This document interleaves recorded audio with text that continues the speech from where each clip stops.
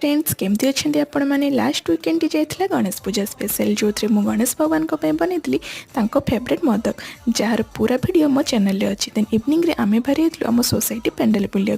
ये गणेश पूजा बहुत सुंदर भाव में कराए आ बहुत गुड़ा मूर्ति होता एटिकार मूर्ति आम ओडिशा मूर्ति सामान्य अलग ये गणेश भगवान मूर्ति गुड़िक टे बड़ आकार होता है देन मुझे गोटे मूवी गणेश देखा पाई बस भगवान को देखिले देखा ही इच्छा होता है